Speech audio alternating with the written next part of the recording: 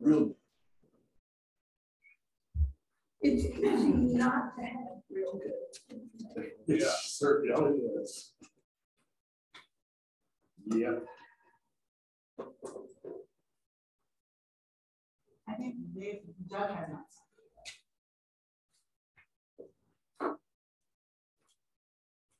Bruce Ford. Oh, hi, Bruce. You must be from Berlin. Well, that direction, yeah. With the red tractors? Yeah, used to be. I have green ones. Oh, you better sit on this side, though. Yeah, I'm gonna. Just throwing this out there to avoid confusion during this meeting. I am the good Doug.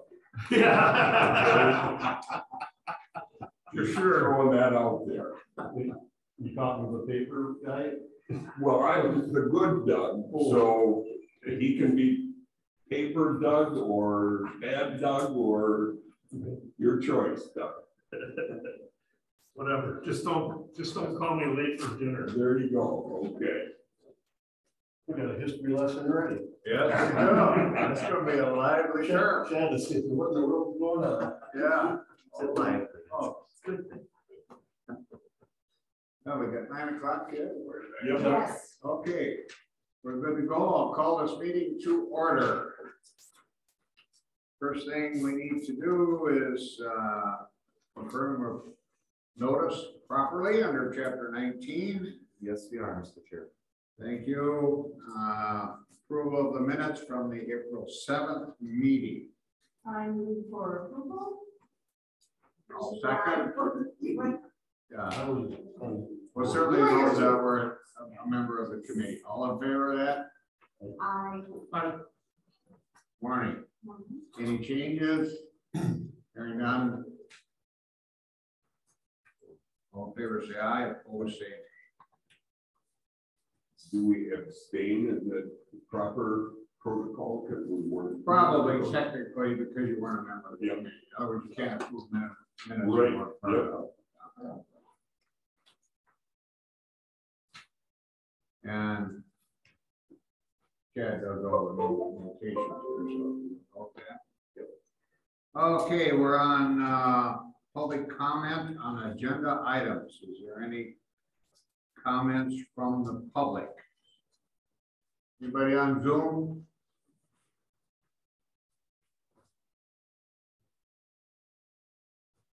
Hearing none, we'll move on to announcements. Chad? Okay, I have a few announcements here. First off, welcome new committee members to our committee. There'll be a lot of things thrown at you today, so if you have questions, just feel free to ask or reach out to me anytime. You have my number hopefully, and I'm always there for a resource if you guys have questions. Just have to make an announcement for next door, the USDA NRCS. They have a local work group. They hold it once a year where they get input from land conservation departments and committee members on their programs. So it's on June 7th. I'll just pass this around. It's a virtual meeting. And what this does is they get input from everybody and it sets their priorities for different practices. So they have ranking for people that apply for funding, and then locally we kind of dial in a little bit more what the priorities are within a given area. So feel free to attend that if you would like to. And I know several of you don't know Levi Schultz. Levi would sit in a lot of times in our committee meetings. He is moving on to Green Lake County. Tomorrow is his last day.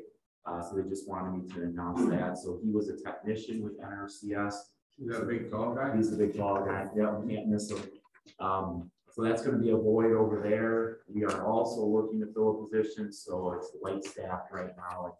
Not in store with work busier than we've ever been. So we're trying to keep our head above water these days, and it's just an interesting job market recruiting people.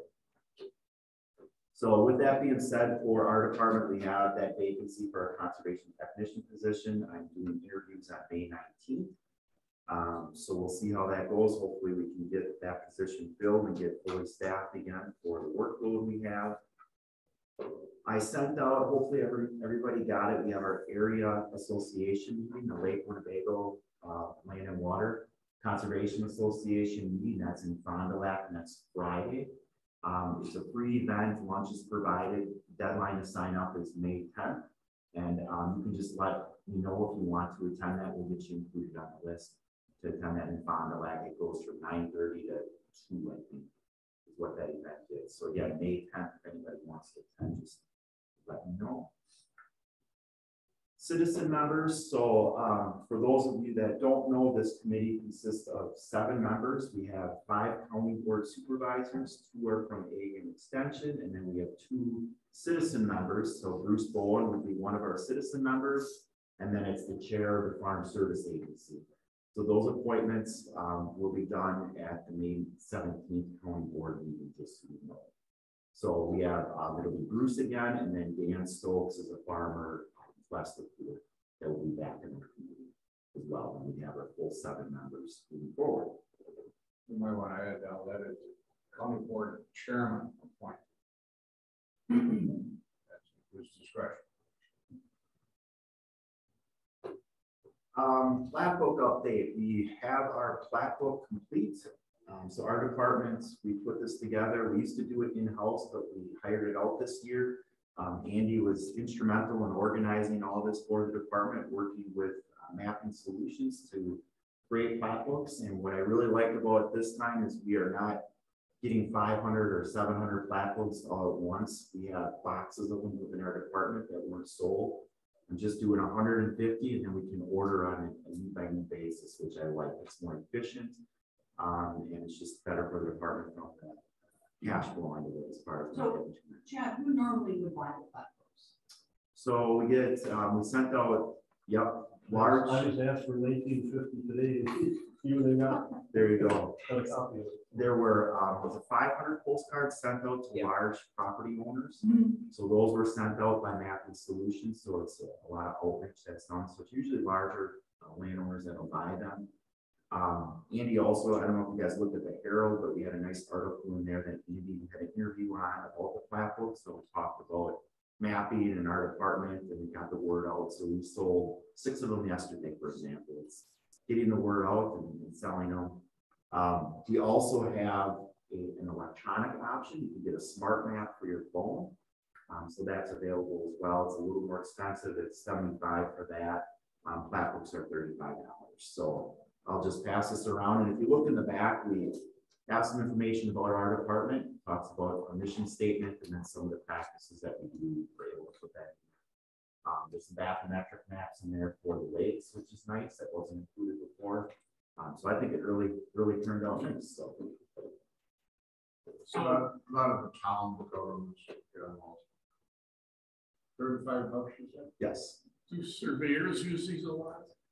I don't know, Andy, do you think surveyors using that much? General reference, you know, the parcels are not surveyed lines per se, so it's mapping accuracy, but a surveyor may use it for general reference. They're a great, you know, think of it as a telephone book for your land, right?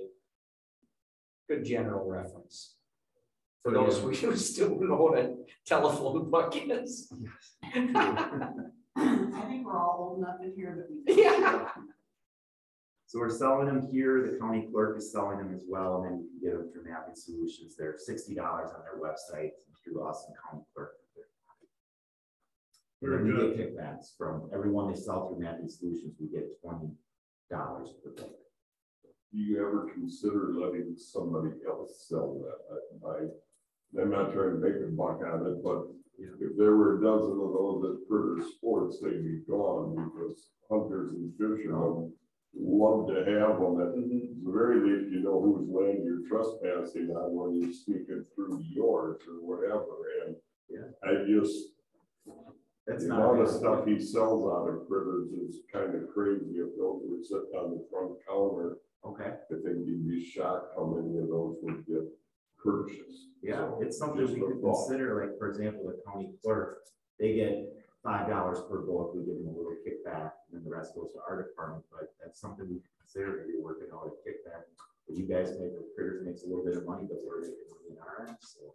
Yep. And you wouldn't need a lot, I mean, half a dozen, and when they're gone, you know where to get more. I just, if there's an advantage to getting them sold, that would certainly be a way of getting them. Nobody knows where to get them. Everybody wants one, nobody knows where to get them. Yeah, and it's more convenient for the landowners within the county too, if you have it spread out, easy to get them, so. Makes sense. Yeah. So I think that's all I had, Mr. Chairman. Thank you, Chad. Under Chairman's report, let's go around and introduce ourselves. If we would, it's a new committee. We'll start with Bruce. And I'm Bruce Bowman. I'm a citizen on the committee and I'm a farmer, Western County. Julie Warden, this is my third term on the committee. Happy to have you members. Doug Nelson and Brandon County board member and we did this. you're from the Winnebago area. From the Winnebago area, make my living calling night crawlers, so. Must pay well. So, Yeah, there you go. Mr. Miller is not a member of the committee, but certainly introduce yourself. Yeah, I'm Howie Miller. I'm new to the county board. Like I said, I'm not officially on the committee, but I am chairman of the Winnebago County Drainage Board. And I thought this would be beneficial to them. So here. Kate Horan, I'm brand spanking new, District 5, which is Doty Island, the Nina portion of Doty Island and just south of that. And brand spanking new and really surprisingly interested. I've got friends who are active members of Trout Unlimited and I'm aware of all of the things that they do for the trout streams in the county. And so brought this in case it was something. What I know is that the DNR guy who is in charge of it, Sean Sullivan, has said he had no idea that the county had this water conservation project going on. And so I said, I'm happy to start to let them explore this. Thank you. Hi, Doug Zellmer, City of Oshkosh, District 22, Winnebago County Board. My first, this is my second term, but this is my first time on this committee. So I'm a farm kid over by Winnebago County. So it should be a fun time. Chad Casper, Director of Land and Water. I've been in the role, probably 2 years in July, I've been in the role already. So fairly new, but enjoying it and looking forward to working with all of you. Thank you, Chuck Farley. I'm the county supervisor representing District 30, which is town of Villan, part of the town of Nina, and part of the town of Winnie County, and a small portion of the town of Oshkosh. I'm proud of the senior member on the committee for a little over 20 years now, so I look forward to this new term and the work the committee can do as we go forward. So, thank you very much. I don't have anything else. We'll get into one of the more important agenda items, of course, is going to be setting a time for this committee to meet. As we go forward, we'll talk about that a little more. We will now go to the business items of the agenda, and that's to welcome the new LCC members. I believe we've done that. Review LCC information and Land and Water Conservation Department programs and responsibilities. This is one of the few committees on the county that is a statutory committee. In other words, many of the committees are formed to oversee and set policy for departments. Land conservation committees are established in law under Chapter 92. So the county has to have this committee. And that kind of is also the same criteria you have with the planning and zoning. They are required under law.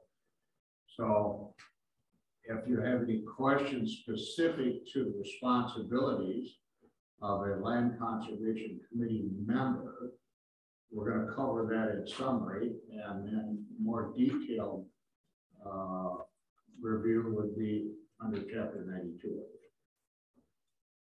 Chad, you want to explain? I think we have a brochure you provided everyone. So a couple things here, you all got the committee handbook. So this handbook is really a good reference for all of you. It talks about the history of land conservation committees and departments and how they evolved.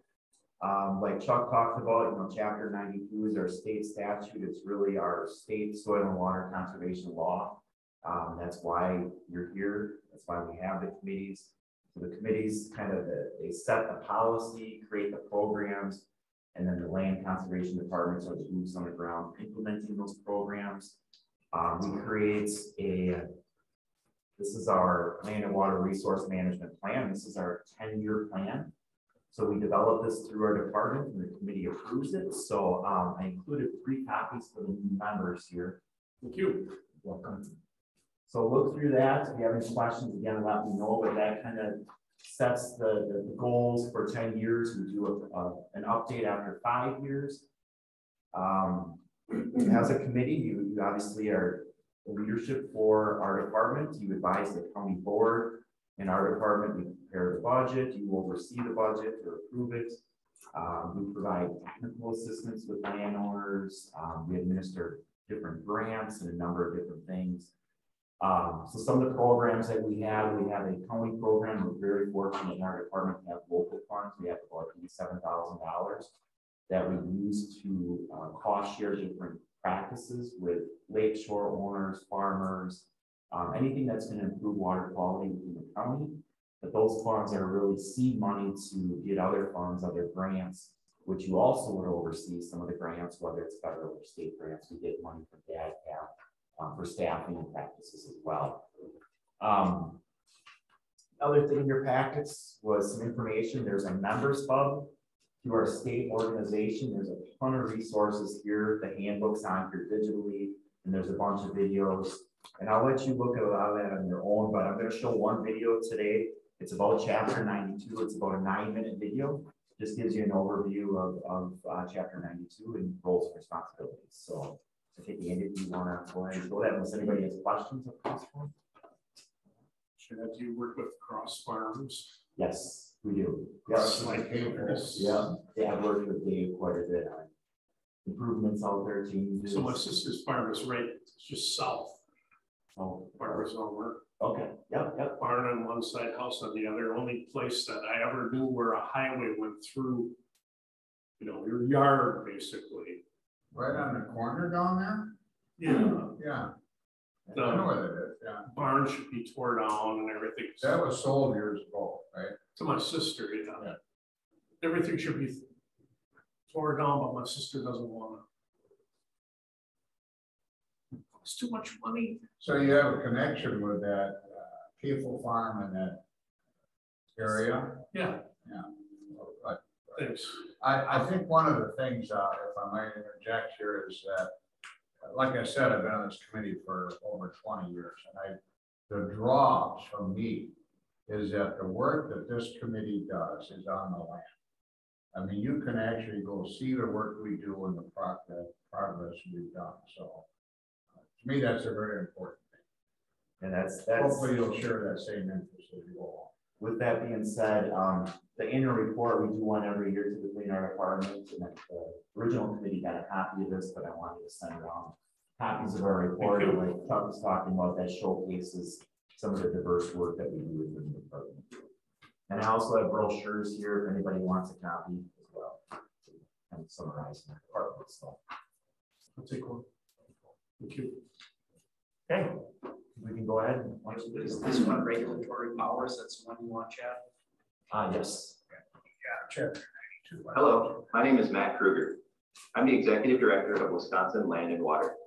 This webinar is part of an informative series for new Land Conservation Committee members, but also a refresher for committee members that continue to serve and hopefully beneficial for conservation staff as well.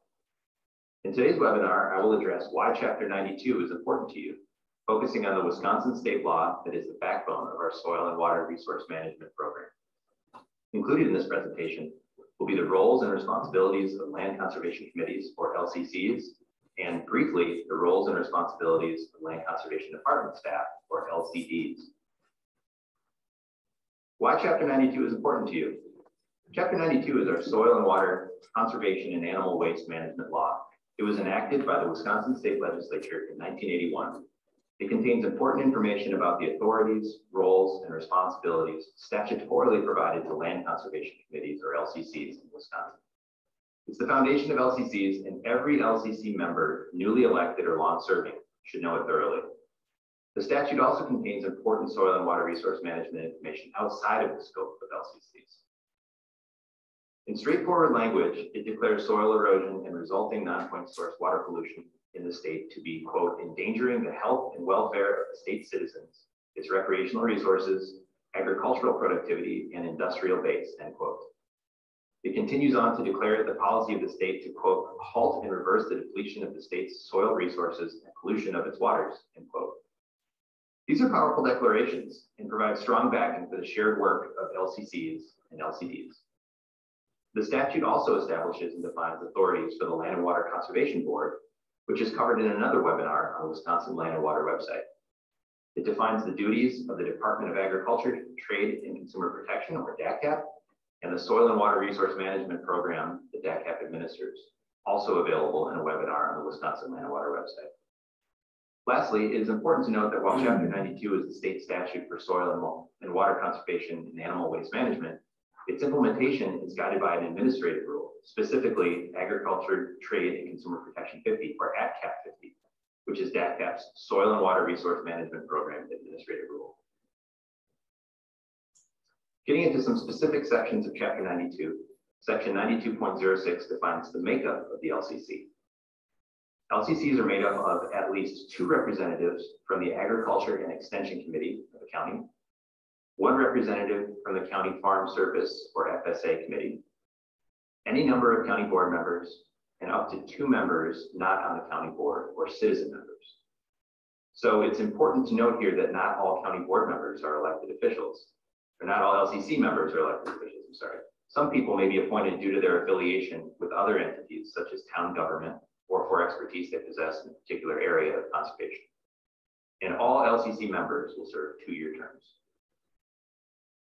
Section 92.07 provides 15 unique and specific powers to LCCs. For LCC members, this is a list worth knowing.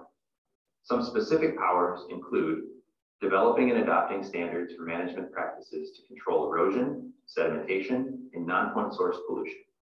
The non-point source pollution here refers to pollution coming from the landscape, such as what washes off farm fields, construction sites, or city streets, as opposed to pollution that comes from a specific point, such as a discharge pipe. Another power is distributing and allocating federal, state, and county funds for cost sharing or other incentive programs for improvements and practices relating to soil and water conservation on private or public lands. So cost sharing here means those public funds that are partially subsidizing a practice for which the landowner also pays a percentage. Another power is LCCs are empowered to encourage research, educational, informational, and public service programs. So these are only a handful of highlighted LCC powers contained in this section. Moving on to section 92.10, this creates the Land and Water Resource Planning Program, jointly administered by LCCs, the Land and Water Conservation Board, and DACCAP. It specifies duties for all 3 entities relating to the implementation of this program.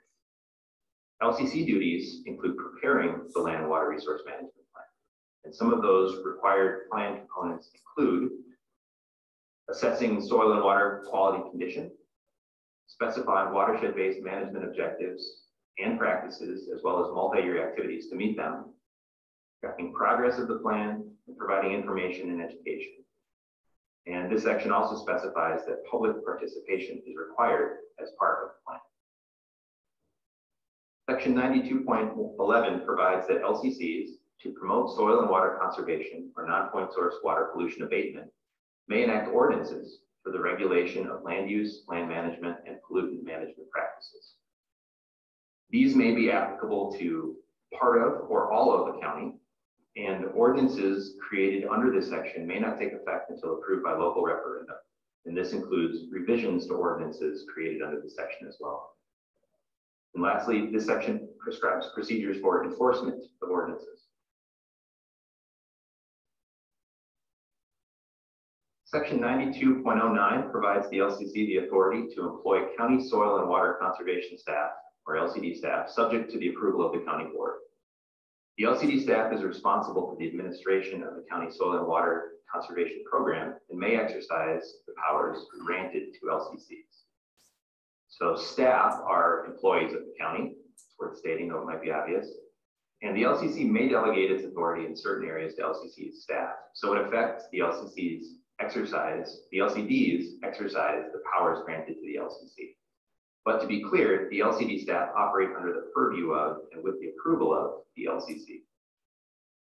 And it's important to note here that depending on the governance structure of a county, LCD staff may also report to a county executive, an administrator, or a coordinator alongside the LCC. So it's therefore important for LCC members to understand the governance structure of their own county to fully understand these roles. Some typical roles of the LCD staff include preparing draft budgets and land and water resource management plans, supervising LCD staff, providing technical assistance to landowners, managing grants, engaging in public outreach and education, administering ordinances, and much more. The list of typical duties is much longer than this, and it grows even longer if the Land Conservation Department is merged with another department, such as zoning, forestry, planning, parks, etc.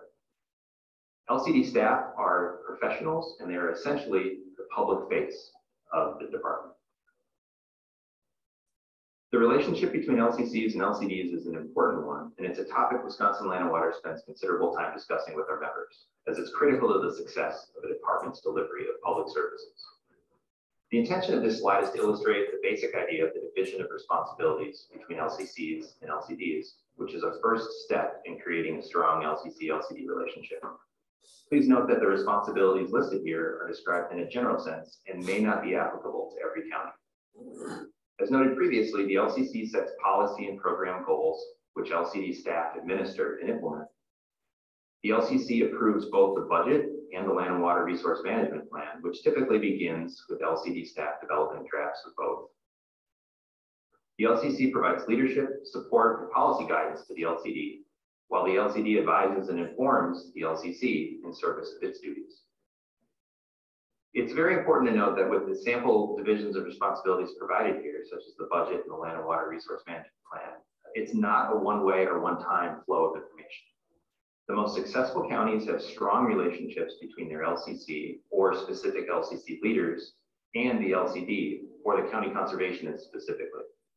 And policies and plans of importance to the county are crafted through open communication and collaboration between both. Especially with new membership in the LCC, it is worth spending time at an LCC meeting discussing with LCD staff how best this collaboration can occur in your own county. This will provide for a shared understanding of how you will achieve your soil and water management goals. This concludes this webinar. Please visit www.wisconsinlandwater.org for more LCC training resources. Thank you. Very good overview. Selection, yeah. Very good. So, does anybody have any questions about that? And again, you contact me anytime you start to look through some of the information. If you have any questions, just reach out. Let's get any questions from the committee. Hearing none, we'll move on to agenda item B. What I'd like to do here is for the committee members, starting with you, Bruce. I'm aware already of a conflict. The new rule states 3 o'clock in the afternoon or later, unless the committee unanimously agrees to a different time. Our starting time all these years has been 9 o'clock. So it's open. So we need to know and arrive at a consensus as to a time that we all can attend. Start with you, Bruce. We've been meeting at 9. It's fine. I'd say 9. Well, that's the question. Let me broaden the question. Are you open all day? Remember, our mandatory under new rule is 3 o'clock. So can you meet late afternoon? I would prefer in the morning. Okay, Julie. Quite frankly, given that I'm gonna have to take time off either way, it's at 9 o'clock, it's good for everyone else. Okay, later afternoon, let's And say then later 4 afternoon o'clock. would be less disruption for me because I only work till 3:30, so. In that So, sense, I would need less time off. like a 4 o'clock afternoon meeting would not interrupt. Oh, your- that would be out of my, outside of my work schedule. Okay. Mr. Nelson, I would certainly prefer the 9 o'clock myself. I could be, I don't have like a real job, so I could be here pretty much anytime.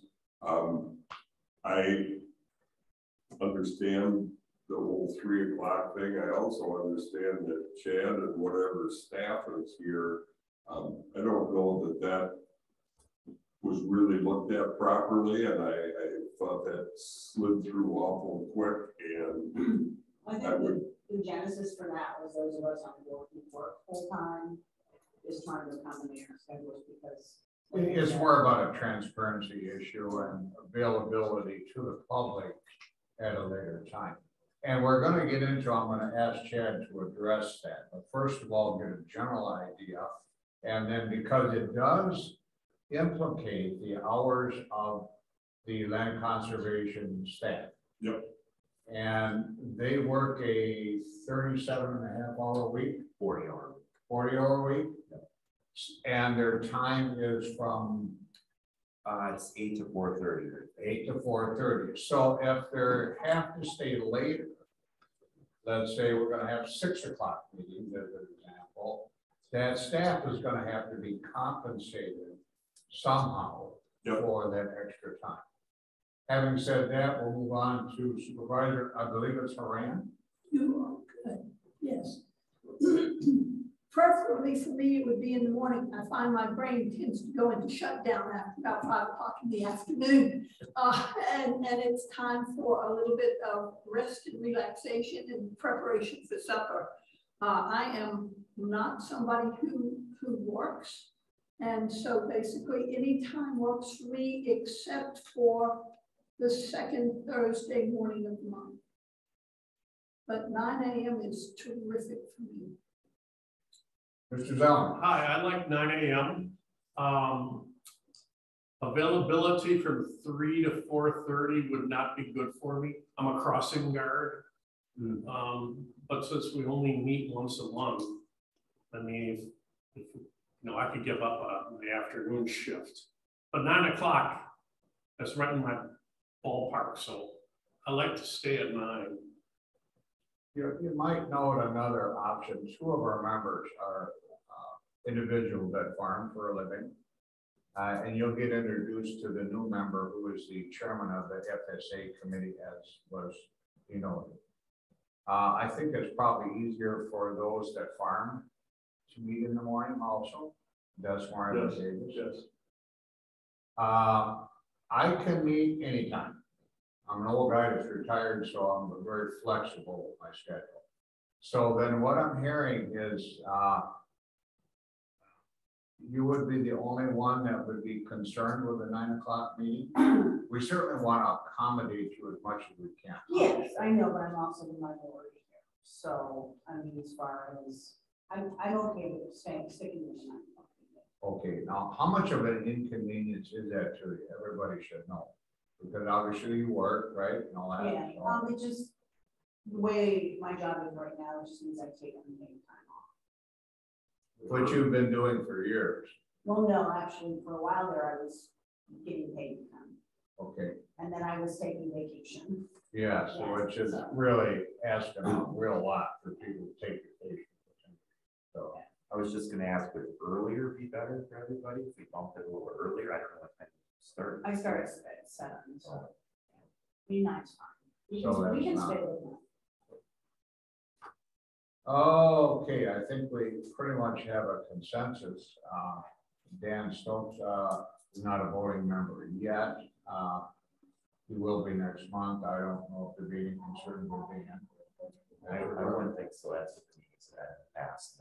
You can make it as part of our committee. Okay.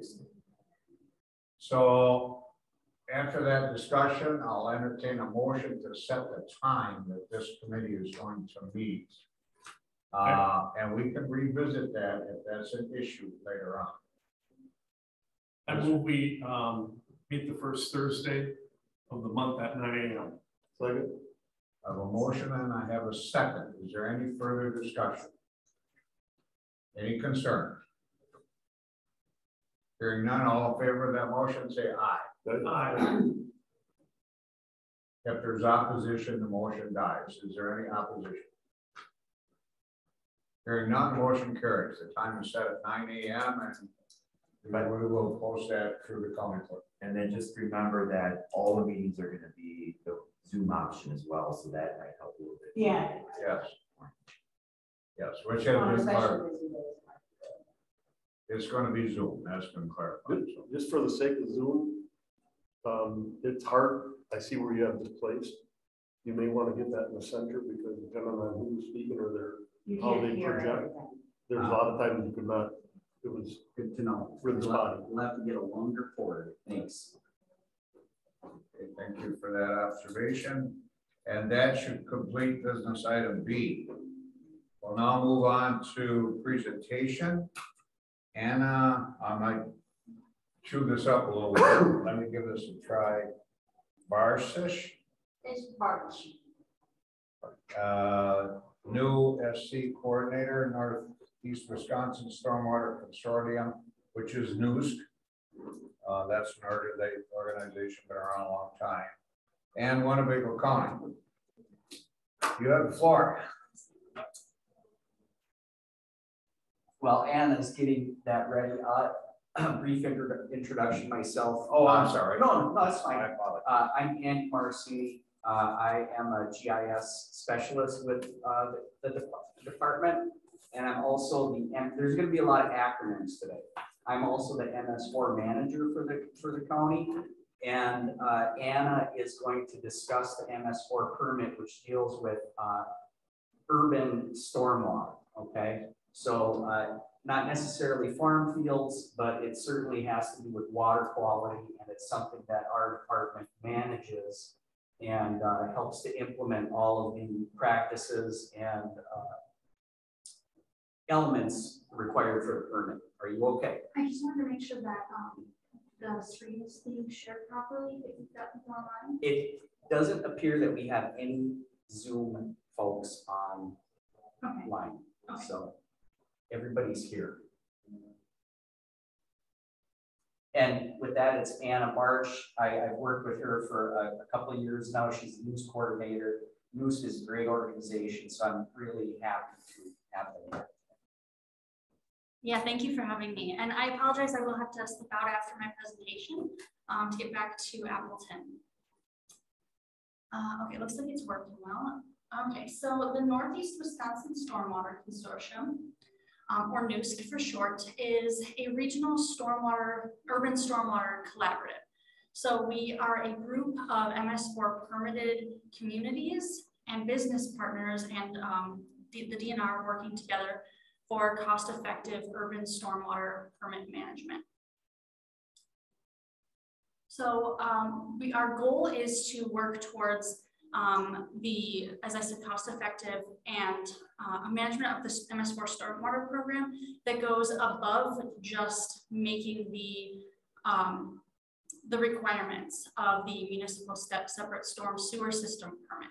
We know that it's very easy to go beyond what the permit says, and so that's what we're striving for. So collaboratively, we work together by pooling our financial resources, our time, and our manpower, essentially, to benefit many of the MS4s in our region. Because a lot of MS4s have people on their MS4 team that wear multiple hats, and they don't have individuals specifically assigned to certain parts of the MS4 permit. So it can be kind of hard for individual communities to do every part of the permit every year by themselves. And when you've got so many MS4 permitted communities in the same region, it doesn't really make sense to reinvent the wheel. When you're working all towards the same goal, you can share your resources and benefit and go above those requirements, as I was talking about. So there are many benefits of collaborative collaborating regionally in a stormwater group. So we've got updates on rules and regulations.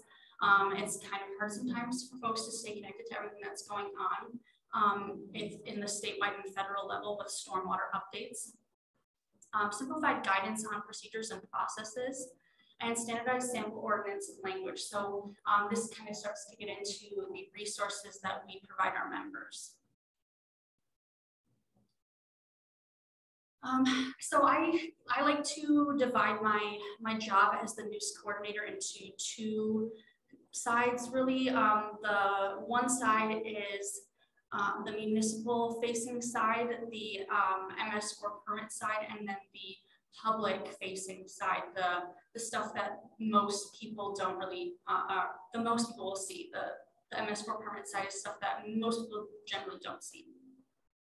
So on the MS4 Department of Public Works kind of staff side of things, news creates resources that helps DPW staff with their training. So we create workshops and webinars on different parts of the MS4 permit. So for instance, a few recent workshops that we had dealt with stormwater pond dredging, because there's some staff turnover. Pond dredging needs to happen about 15 to 20 years, and some people might not be familiar with what their responsibilities and the requirements are. So we develop a workshop within one of our committees and present that to Department of Public Works staff throughout the region. A very recent workshop that we had was about construction site and post-construction sediment and erosion control regulations, best management practices. We also create posters, like time clock posters that go up at Department of Public Works Place of Business. We got our sediment and erosion control field guides. We've got training videos and other recorded trainings that we create as well. This goes into some very specific ones too. I borrowed from a previous presentation I did. But then topping these off with annual reporting guidance. So there's the annual MS4 report. We help with organizing the stuff that you're doing throughout the year that you might not realize that you're going above and beyond these requirements that the DNR and the EPA set for reaching your MS4 permit goals. And then, so going on to that other part of my job that I said, the public education and outreach side of things, news not only benefits the Department of Public Works, the municipal staff side of things, we also do a lot of education to the general public about what urban stormwater is, the kind of issues that our local waters are facing, and what everyday people can do to help with those problems that we're facing. So news guarantees our members an exhibiting and outreach event once during the permit cycle. So we will go to our member communities and talk directly to their general public about what's going on with our stormwater, what is stormwater pollution, and as I said, ways that we can help reduce stormwater pollution. We also do classroom presentations and community presentations upon request as well. So our other kinds of public education outreach, we've got infographics that we share using social media. We create materials that our members can, so we encourage people to share our social media infographics. Maybe you've seen the top one there is our Halloween themed stormwater infographic, and that went semi-viral a couple of years ago, basically saying keep everything out of storm drains that's not water, including the clown Pennywise from It. So it's just kind of these attention-grabbing things that bring public attention to stormwater pollution. So those easy share infographics, those printable flyers that we encourage our members to use to talk to their general public about stormwater pollution. We've got a branded urban stormwater campaign called Renew Our Waters that kind of moves forward our outreach goals, creations of our resources. Andy Marcini is the chair of our general public committee that works towards this public education. We also have a website where we direct many folks to go and check out our resources that have to do with stormwater pollution and how to prevent that at home and at work and at school. And then we also have signs and banners that we produce with the help of our members and for our members that can be put out in public sites for people to see.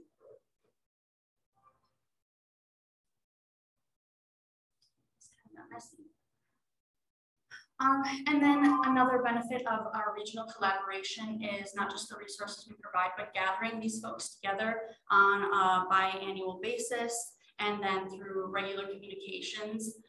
It creates a conversation that's constantly going on. What are you doing that's working for you? What are you doing that's not working for you? Talking about what's going on generally, what the DNR and the EPA are talking about. And last 2 years ago, News joined along with the other stormwater groups in Wisconsin as a Wisconsin Stormwater Collaborative to join the National Municipal Stormwater Alliance, or NMSA.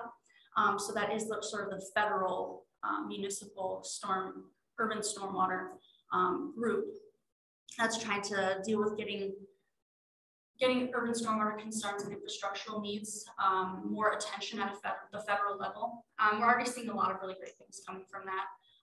A lot of historically important proposed financing going towards our infrastructural needs.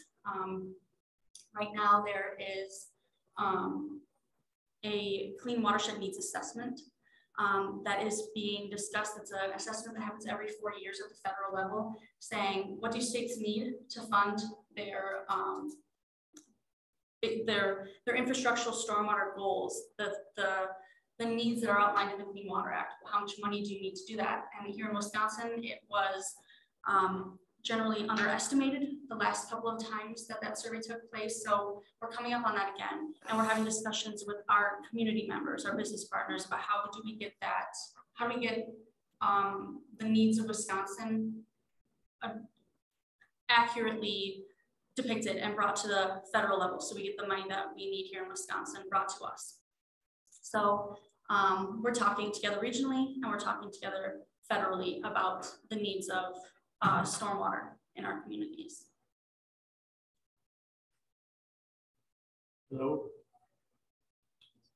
I can see where City of Superior would be on that group. I mean, they're so low there. In the NMSA group? They probably have a lot of water problems.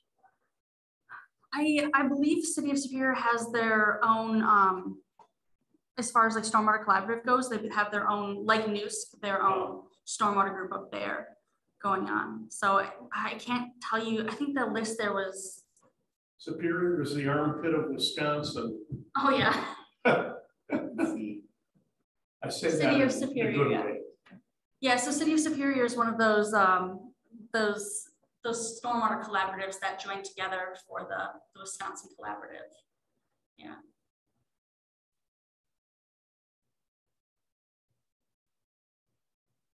Are you continuing or? Oh, no, sorry. I'm ready for questions. Okay, thank you for your presentation. Do we have any questions for Hannah? Yes, Winnie County just panicked everybody that lives there and passed a stormwater resolution and said, we need to start banking money because the bad people are going to come and force stormwater issues on us, and it's going to be extremely expensive. Are you referring to the village or the town? The village of Winnie County, the village, correct. I'm sorry.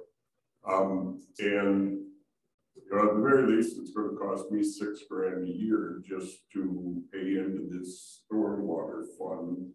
I know the school, it's going to cost the school 60 grand the way it's set up. It's extremely expensive. I get it. Right now, all of our storm sewers literally run right out into the water, and my biggest concern is the salt that's going into the water and so forth. You're referring to a utility district? Correct, correct. And are you as bad as they've painted you out to be in the village of Winnie County? She's a good person. There you go. And what I like to think so. What is hard to swallow is we're going to do all of this and we're going to clean the storm water. We're going to have retention ponds and we're going to do all of that and help the water clarity. When the wind blows 25 miles an hour out of the northwest, that entire lake, river, and everything turns into chocolate milk, and it kind of makes it look kind of like a drop in the ocean. You know, we're trying to clarify, you know, X amount of gallons, and in one windstorm, everything you've worked hard to do and everything that we've paid dearly to do is wiped out in less than a few hours. I don't know if that's a question or a statement, and I'm not picking on you. Tell me what I can tell them and why it's so beneficial. Where is the source of the sediment that you're talking about coming from these windstorms?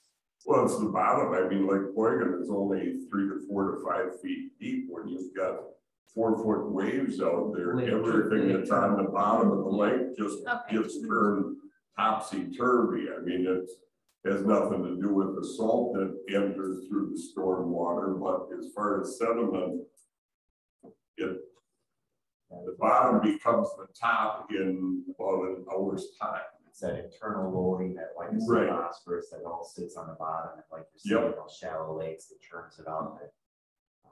It's definitely something like the break walls, for example, that addresses some of that. We stabilize the lake bottom, but it is something that's going to be there for years. Yeah. Dave, I'm a little unclear. Are you saying the village of Winnebago is now identified as an MS4?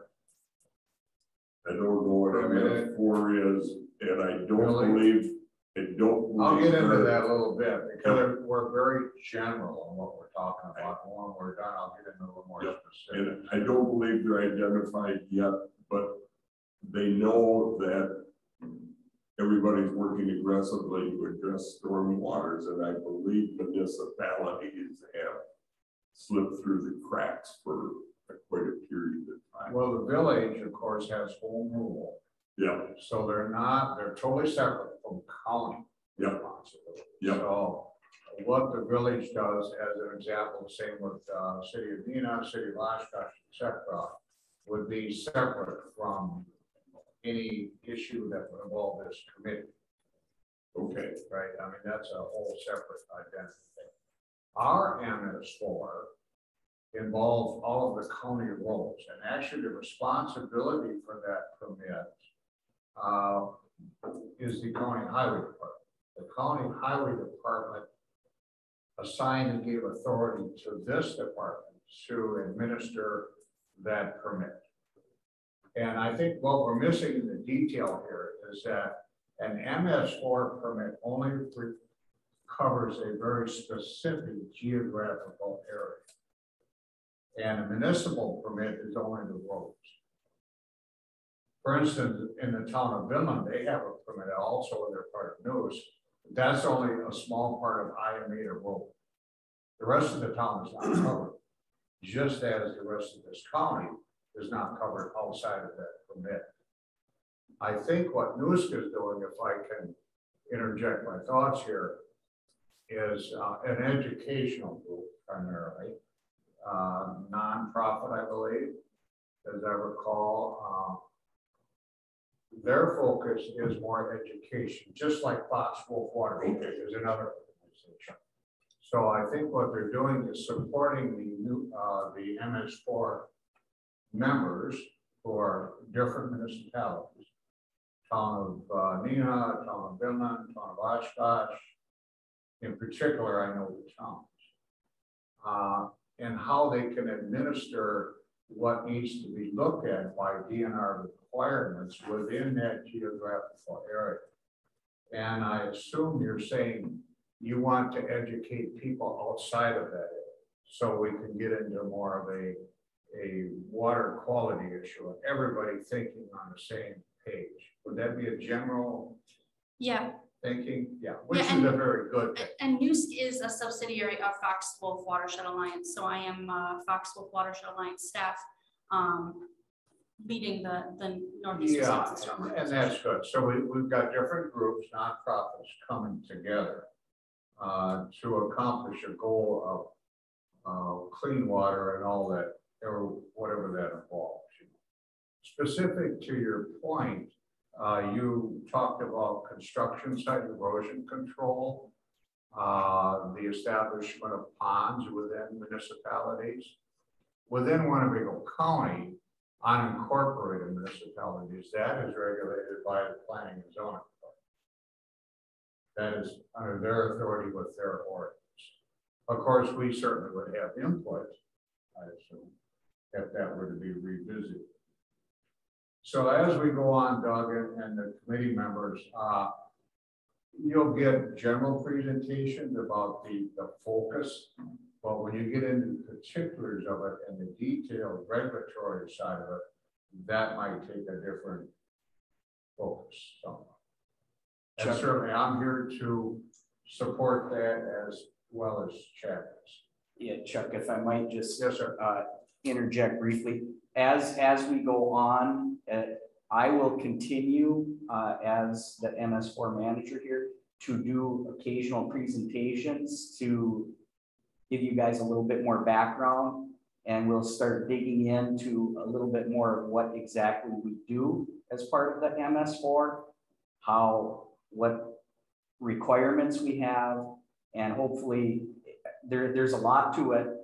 I've been in the role for about 5 years, and I feel like I'm just really kind of getting to understand it now. So it's a big topic, and there's a lot of moving pieces, and NUSC is a really important part of that. But we'll have more presentations in the future, and hopefully you'll get a better understanding of the topic and what's involved. If I might add to that, it would be beneficial to the committee, I think, if you could perhaps do a diagram, hard copy of what areas are covered under the county permit, what roles specifically, Sure. that kind of thing. Absolutely. So then you'll have a general idea of what that means. Your reference to salt on in our case, county roads, is a kind of a hot topic, because I'm also on the highway. Yeah. So it's been discussed, and I'm of the opinion, if we can find an alternative, we should certainly pursue it, because salt does eventually pollute lakes, streams, etc. You know, in Winning County, they've gone almost overboard with pre-treat that they seem to think is a better alternative than dumping it on the salt. Is that the beet juice, or is that actually a salt brine?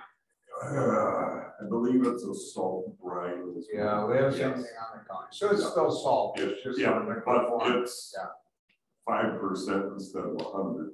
Yes, that's true. What they're selling it to us. And how does all of this tie in with the DNR? Are we joined at the hip with the DNR? Do they tell us what to do? Yeah, The DNR doesn't regulate the salt. I mean, no, but I'm just saying with the whole stormwater deal is the permit is required under the DNR regulatory authority for certain municipalities based on the census block. DNR is given that authority and granted pretty much by the EPA, that's feds, and that's where we got into the WOTUS issue. And some of you might not be familiar with that. So that's how you start on the top. It's like an umbrella. You start here, you come down to the DNR, which is regulated by the legislature. And then that filters down to the counties, primarily for enforcement of those regulations, especially with water, am I stating it correctly? Especially with water issue, lake issue, water quality, that kind of thing. So that's kind of the umbrella that we work with and under, at least in my perspective there. I can, I've got a presentation that I'm not with me, but that I gave for the League of Wisconsin Municipalities that goes into like the background of the rules and regulations and where the MS4 permit came from. that I'd be willing to share with you all, so you can check that out.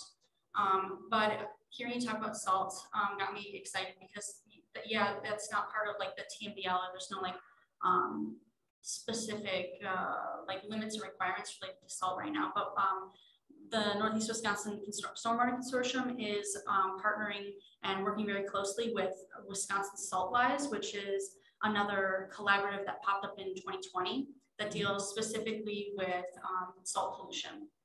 And so they do trainings for municipal staff about like calibrating machines to use only the amount of salt that we need. And it is kind of a weird topic to discuss. And we've run into problems before where we're talking to the public side of things, and then talking, of course, the municipal side of things. And then we do things like salt paddles, where we bring citizens in to test for fluoride pollution and see, like, you know, how much is salting really impacting our waters. And then you have the media come in, and then they put, they say, oh, salt is terrible, and they kind of make the municipalities look terrible, and it becomes this really awful discussion that doesn't need to be so awful. So what News on this salt topic is trying to do, just to talk about that really quick, we bring in, we partner with Wisconsin Saltwise to talk about smart salting and responsible salt use and calibrating machines, and talk about alternatives like brining. And then we also do a lot of work, probably more work with the public side of things, because we know that the public is kind of driving the desires of our private business owners and the municipalities to use salt, because you know, a lot of people think that if they're not crunching with every step, it's unsafe to walk or drive somewhere. So you see a lot of people saying, well, we would like to use less salt, yes, less traditional salt use, but then the public is pushing us to not do that. So we're kind of trying to attack both, going at both sides of that topic, just like. Are you saying the public is pushing against the elimination of salt? Or they're promoting the elimination? It's kind of, I think we're at a point right now where public opinion is starting to realize that more is not necessarily good. Yeah. So I think there's still a lot of people out there that don't know how that, like, it's said that a tablespoon of salt can permanently pollute 5 gallons of water. And in Wisconsin, I think that salt is a necessity in the winter, but we've been overusing salt because public opinion is that more salt, the better. So I think that it's still kind of public opinion that more salt, more salt, more salt. And then we're talking to municipalities like, hey, maybe less salt, less salt, less salt. And they're like, okay, but we're being told by our public that we need more salt, you know, so that's if I might, I'll ask Chad to address that. We all know if you put salt on your sidewalk, eventually it's going to erode the top of the sidewalk and actually the cement part of it, the Portland cement part of it. We all know that it'll actually kill the grass alongside the edge of the sidewalk. But beyond that, what is the actual pollutant of salt? I mean, it ends up in the waterways and so that is chloride.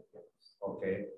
And that is a pollutant that would affect water quality. Water quality to the fisheries, does that have an effect on the fisheries? Oh, yeah. All aspects. I mean, consider so it's detrimental to aquatic life. Yes. Absolutely. Yeah, down in Madison. We don't have salt. We don't have salt fish, right? Yeah. We got freshwater fish. Does it affect the plants? Yep. Yeah.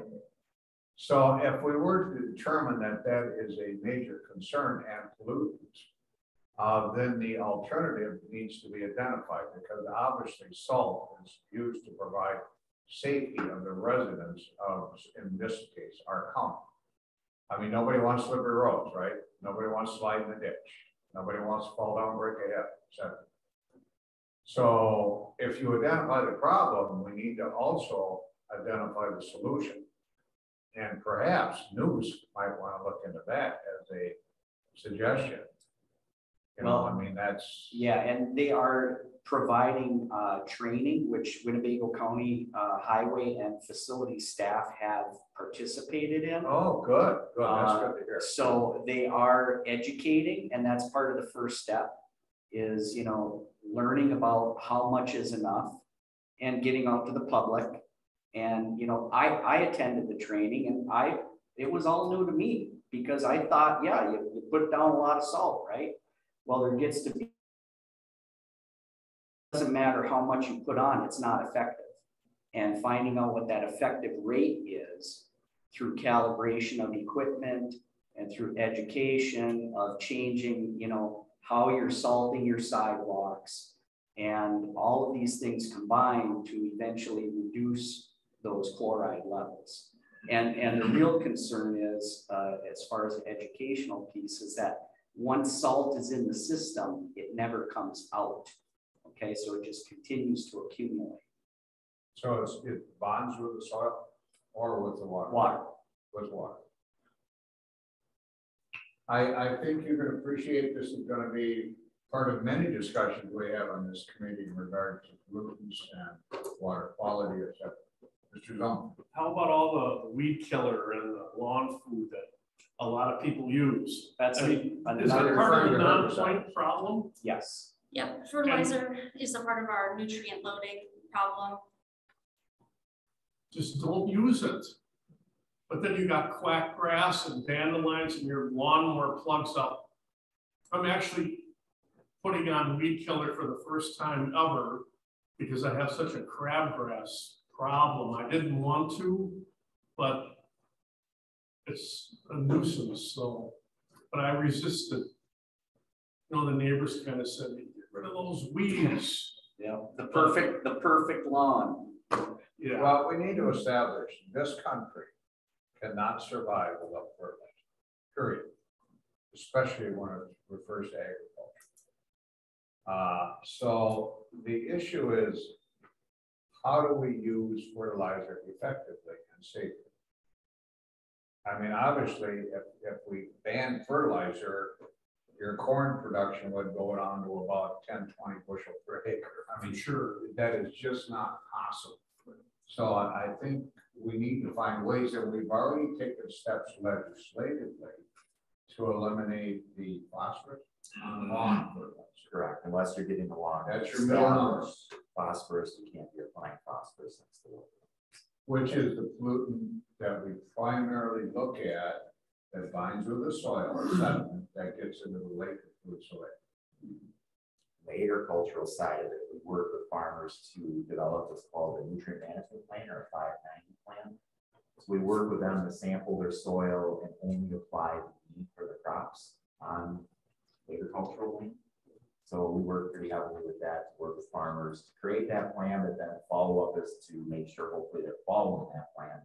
Saves them money and it keeps excess weeds from getting into the water bodies as well. So we cost share that, work with farmers to Bruce might identify some of the newer farming equipment that actually can put different fertilizer rates. I'm told, I don't have this equipment, on different parts of an acre. In other words, you could fertilize a part of an acre a little heavier than you would the rest of the acre. Am I correct?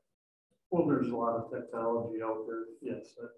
And I don't know if you need to go into that depth at this point. Well, just so they identify that the farming practices has become very sophisticated to implement what the nutrient management plan actually requires. So that's how that's all done. I suppose if you have farmers with far older technology, how do they achieve that goal? Yeah, it's not going to be as refined as the technology, but that's where it's manure, there's a certain number of gallons per acre, it's fertilizer columns, and just work with them on that plan for what's the apply per acre. So as a committee, as we go on, maybe we'll get into that in more detail at a meeting. The nutrient management plan as it applies to the majority of the land within this. Any other questions for Ann? Chuck, Yes. I don't know if that's the correct statement. 590 plans, you're only have to be if you have cost sharing, correct? Yes, Yeah, don't and apply to so everyone. It doesn't, the state would like, correct? Every I think farm probably that has like manure storage, well, everybody's supposed to have an international plan in Wisconsin. That's the law, but it's, you have to cost share it. Manure storage would be a priority. If we have existing manure storage, we have to have a 590 plan, so that's a priority, but everybody's supposed to have them, but you have to provide cost share to do that, and that's typically $10 an acre for a plant, $40 an acre for land developed, do sampling, and that sort of thing. So, But as a department, probably a minority of people that do that on the school. we have in our county, I think we're at about 50%. So I was just gonna ask that, yeah, where are we? right around that. So we keep chipping away. We get money each year from the So state. just when you said that, majority, it's not majority. Yeah, yeah. I would add, I mean, there are some farmers that want them to do with government, or being told how to run the farm, or being told how much fertilizer. So this is a constant educational issue to kind of overcome that kind of stuff. Yeah, I just wanted to wrap it up by saying that the purpose of news, like you say, is really education driven, advocating for our members and bringing, allowing our members to talk together, collaboration, letting our members know about what's going on, and then also the public side of things, education as well, and trying to garner support of what our elected officials, our municipal staff, everything that they are doing. So I might add, I'm told the town of Vinland has recently joined those. yes, I think they are. I think Omero is our newest member. I think Vinland's our second newest member. Yes. Yeah. Good to hear. I actually live in the town of Vinland. So. Thank you. Any other questions for you, Ann, from the committee? Hearing none, thank you very much for your presentation and your time. Thank you. I'll send you the link to that other presentation with the background about the MS4. Okay. Thank you. Have a good day. All right, now we'll move to the update on the USDA, which is federal partnership for climate smart commodities grant proposals. This is all going to be so Chad. Okay, before I jump into that, I forgot to pass these around for the meeting schedule for the new committee members since the time stayed the Well, same. you didn't know what time to put it. I didn't know what time, so I waited on that, so we're good. Okay, so in regards to this, it's another update to the committee. This is the Climate Smart Commodity Grant. This is USDA funds. It's competitive nationwide. There's $1 billion in this grant that's available. So our county, we are partnering with 2 different entities on 2 different proposals for this. The first one would be with the Wisconsin DNR and 4 other counties. This would be in the Lower Fox watershed. So this is just a small portion in the northeast corner of the county that we'll be working on. So we don't have a big part of this part of this proposal, but in a nutshell, what it is it's going to be working with farmers on soil health initiatives. So that would be cover crops, minimum tillage, and low disturbance manure. And what they liked internally, our departments and the committee approved, it's called a soil health challenge. So we sign up farmers under a contract that provides payments. It starts out low in the first year, and then that tariff goes up in the later years. So the idea behind that is to really improve soil health practices. It takes about 4 to 5 years to really show the benefits of it. So by planting cover crops and not tilling up the soil, it keeps that structure to create more organic matter, it holds soil in place, and overall it's just a healthier soil. Clean water, so a lot of good things. So you want the farmer to stick with it and not work up the field, so that's why we have that payment system. So If I might now explain it, actually what a cover crop is. okay, so a cover crop might be like winter weeds, winter rye. It can be seeded after a crop comes off, or with some of the work we're doing here, they're interseeding a lot of the cover crops. Some of it might be the standing corn where you go in and you broadcast, or they have interseeders that go in between the rows to get the cover crops established. So it's a way, it's almost like a free manure. Here's a picture taken yesterday. Oh, there you go. There's a perfect example. So when they take the crops off, Okay, yep. Check.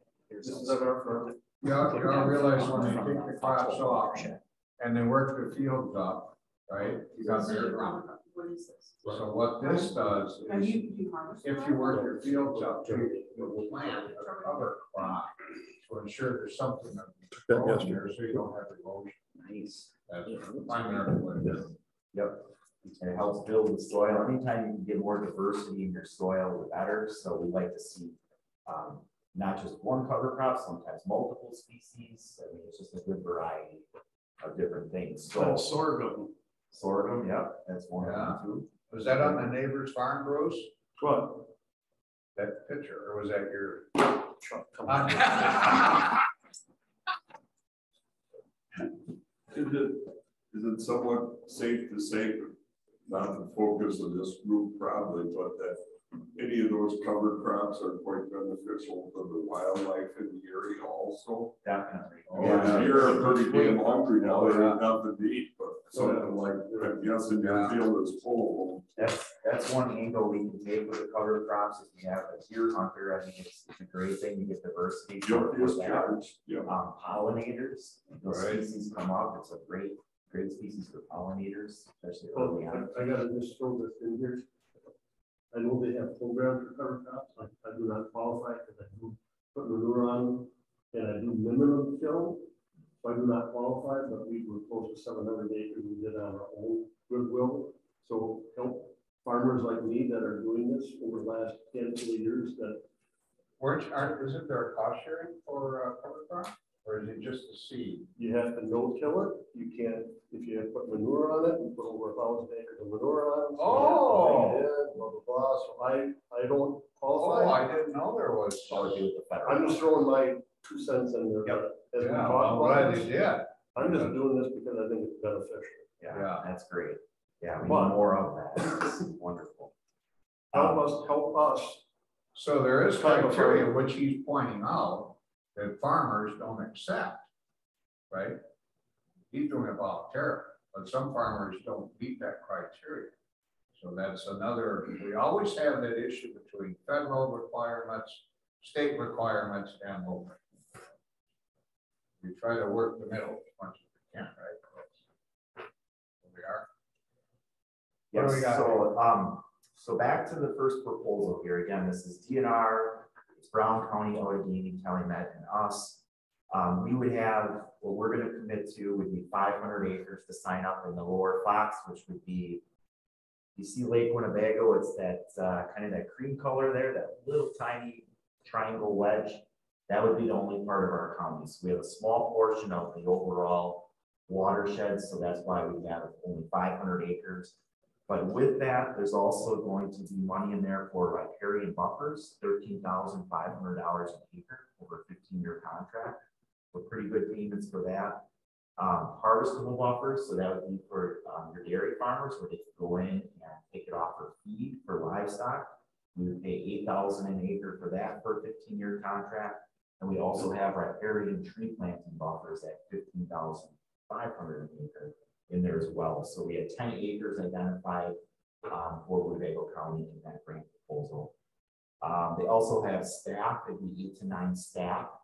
We wouldn't be asking for staff for this proposal because of the small portion of the watershed that we have.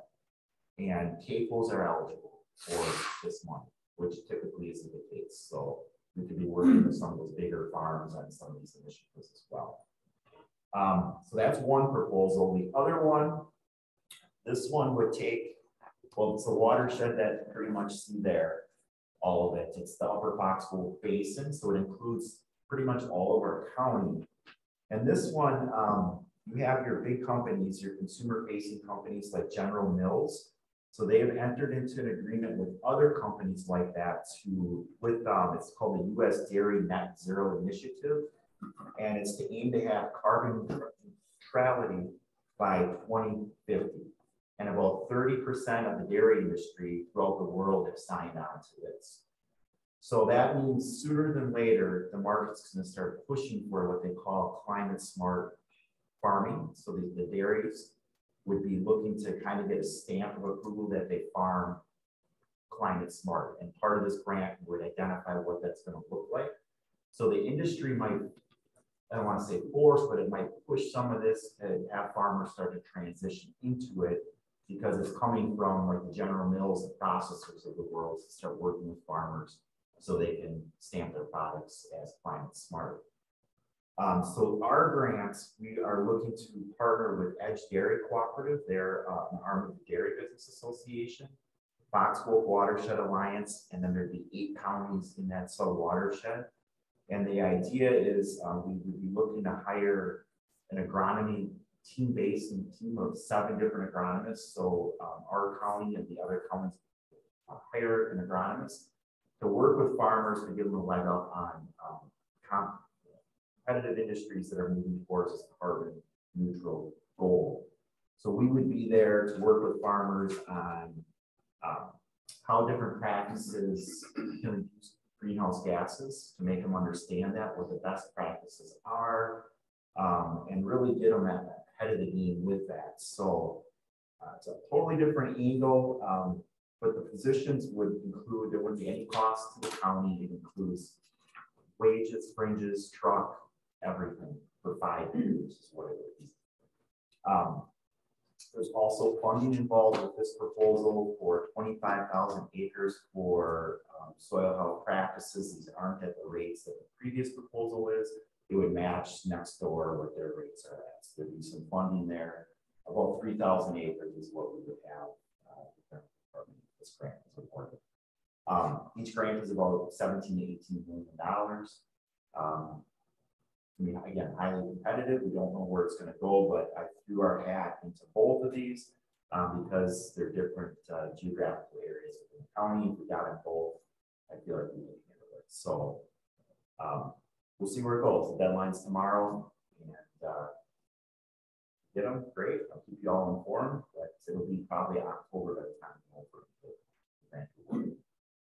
The second one you just referred to, I'd like to have a little more detail on that. I think if that one had a more detail to the carbon stop the emissions. What does that mean? From the cathodes even. Yeah, so it's for each practice that we have, for example, cover crops, there's a reduction that we have in a spreadsheet that'll show the carbon gas reduction that you have to take credit for. Those about trade-off. It's trade-off, yes, yes. And then getting the farmers educated and connecting them with processors and how that's all going to work. That would be the agronomy team that would work with that. How does it affect the dairy? It would be, the focus would be dairy for that proposal. It would be the dairy Are they farmers. referring to carbon from animals, or what's the Carbon from, you put cover crops in and you're not working the ground, you have more green on the surface, there's carbon reductions. So it's a land issue, not animal issue. Not so much animal. There is some money in there for vermiculture with worms, and there's a little bit built in the grant, but the focus would be a lot of the agricultural practices for the farming crops would be the thing. So it's definitely outside what we typically do, where we cost share everything. It's working with the General Mills of the world, and it's coming one way or the other. This would be one way to do that. It provides some funds and public funds. We still have the issue of COVID money, my turn, on the table. Yes, so this would provide some money for soil health, but the ARPA, the COVID funds that you will all be a part of on the board at some point here. There's definitely some great things we can do in the department with this funds as well. This would not fill that. Is there any more update? Have we allocated anything? Talk about it? There will be a committee appointed by the county board chairman and become exec at the May meeting.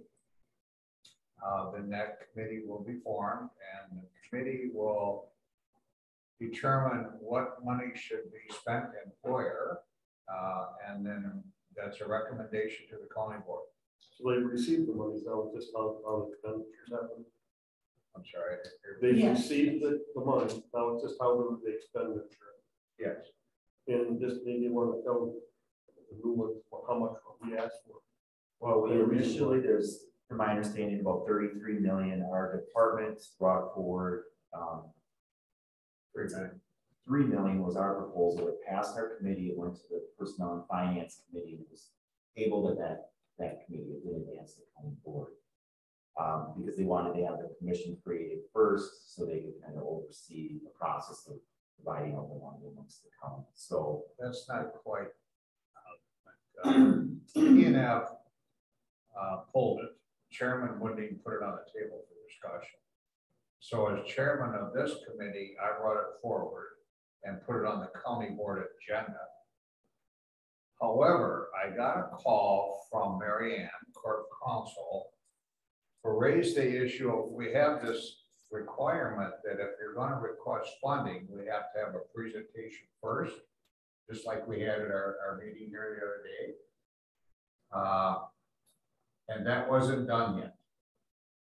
So I could have gone forward with it, but it would have been referred back to committee. So they had me between a rock and a hard place, so I had to pull.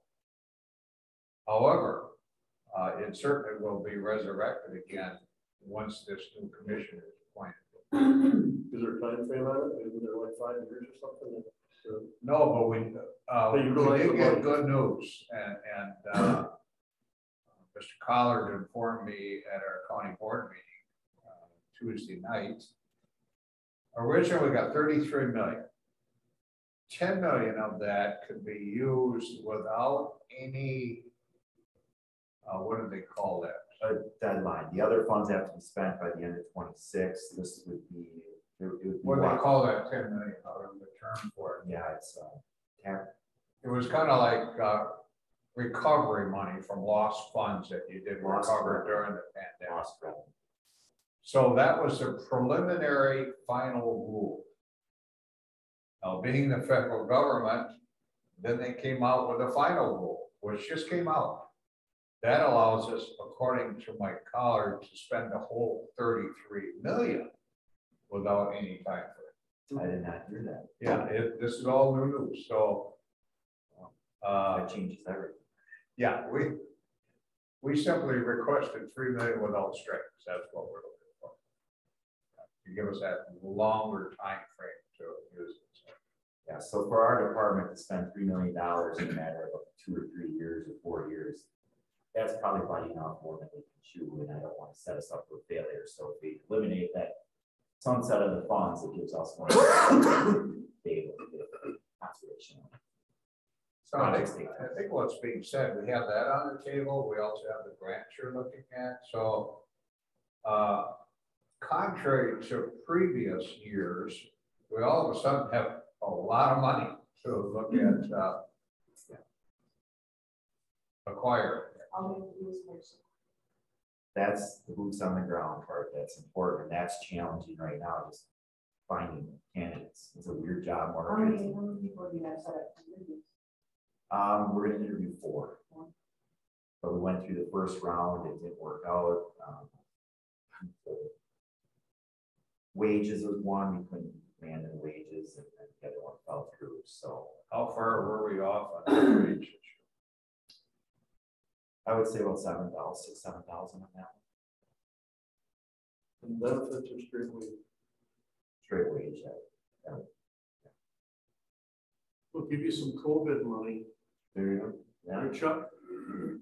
That comes in. Well, I don't know if it's that long, but I refer to that because perhaps I'm being selfish here. What, 5, 6 years ago, we decided to go to a new wage structure plan. And we used to have steps. We got a 3% raise, cost of living was included, etc. threw all that out the door. We went to a new plan, which I'm not real definitive on. But I can say at this point, it appears to me it's just not working. No, it's not. I think every person, every department in the county. Same problem. Yeah, I think we've fallen behind over the Yeah, years. it's just a mess. Especially So with the regular. we were promised by administration that we would be reviewing and getting into a new wage structure for the county, perhaps a new way of doing it, but that hasn't happened yet. I did hear that wage study is happening this year, is my understanding. They're getting ready for that. Now, when it gets done and when it gets implemented and if the money's there, that's a whole other conversation. Yeah, and with my colleague between the two departments, it's just. Yeah. I can understand that. Yeah. And we can't even hire a finance director. We can't get nobody to take that job. Yeah, our job openings are 4 pages long in the county right now. It's crazy. The turnover. I need to get going.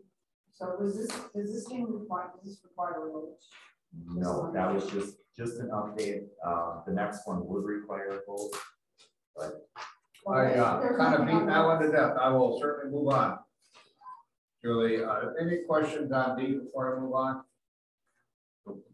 Okay, we'll move on to agenda item E, review and approve the NR 151 ATCP 50 implementation compliance notification letter.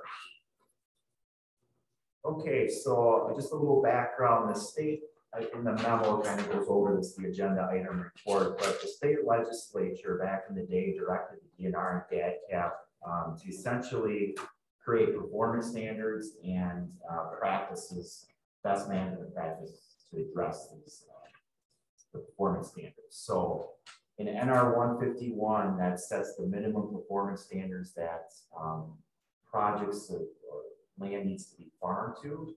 And then in the DADCAP rule, DADCAP 50, that creates the practices to get to the performance standards in a nutshell. So our department, the approach we've taken is farmers are supposed to farm in compliance with the agricultural performance standards. That's state law. Our department takes a voluntary approach, more educational approach. So we work with farmers to get them educated and get them in compliance. So that's been our approach. We feel like let's get our low-bearing fruit. We can get a lot done with that approach instead of coming in heavy and enforcing it. We could, but I think we want to maintain those relationships with the farmers, and this has been a good approach to doing that. So what we have here, we have dollars. It's called the multi-discharger variance. Those are funds that we get with point source entities, wastewater treatment plants. So we get money from the city of Fond du Lac is where this pot of money came from, because they can't meet their pollutant targets for their wastewater treatment plant. They give it to our department to work with farmers to get conservation on the land to offset, to meet their goals, their pollutant goals. So we work with several farmers, and part of the requirement is to issue compliance letters with these farmers that we did projects for last year. So I think there's 4 farmers on your list here, actually 5 sites on here where we did practices with those funds. And then I have a sample letter in there that will get sent to them to say they're now in compliance with this project. So I would just need committee approval to send the letters out and let these farmers know they're in compliance. And if In compliance. In compliance. Okay. Yes. Yep. Before I ask for a motion, is there any questions of Chad, in particular from the new members?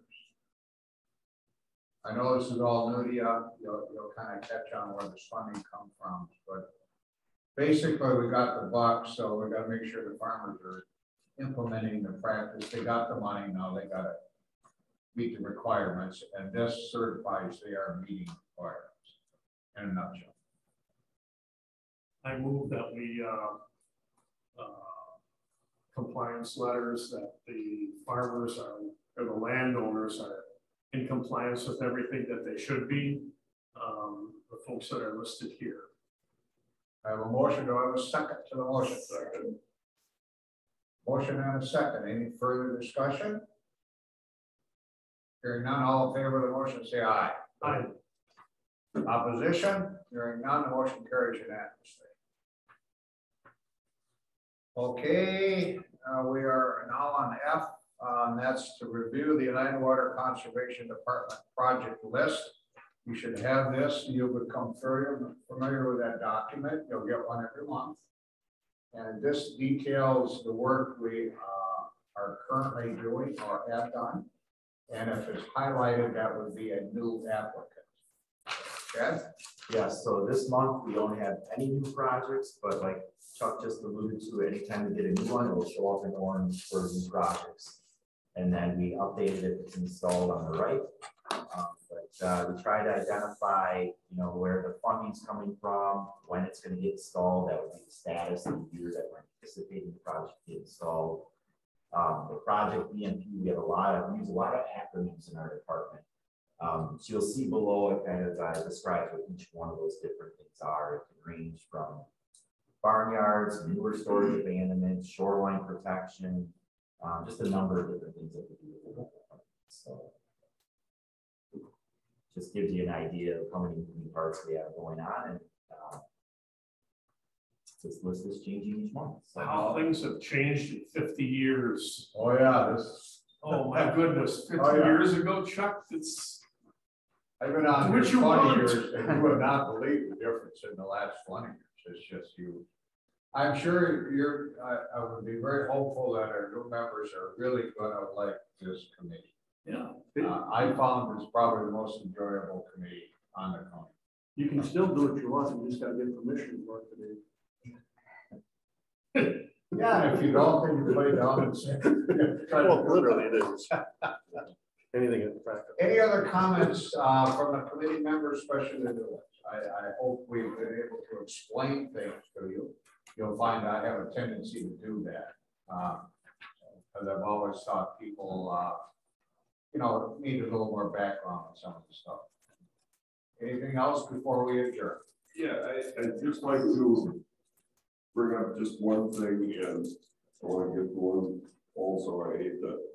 On the book we had, the annual report,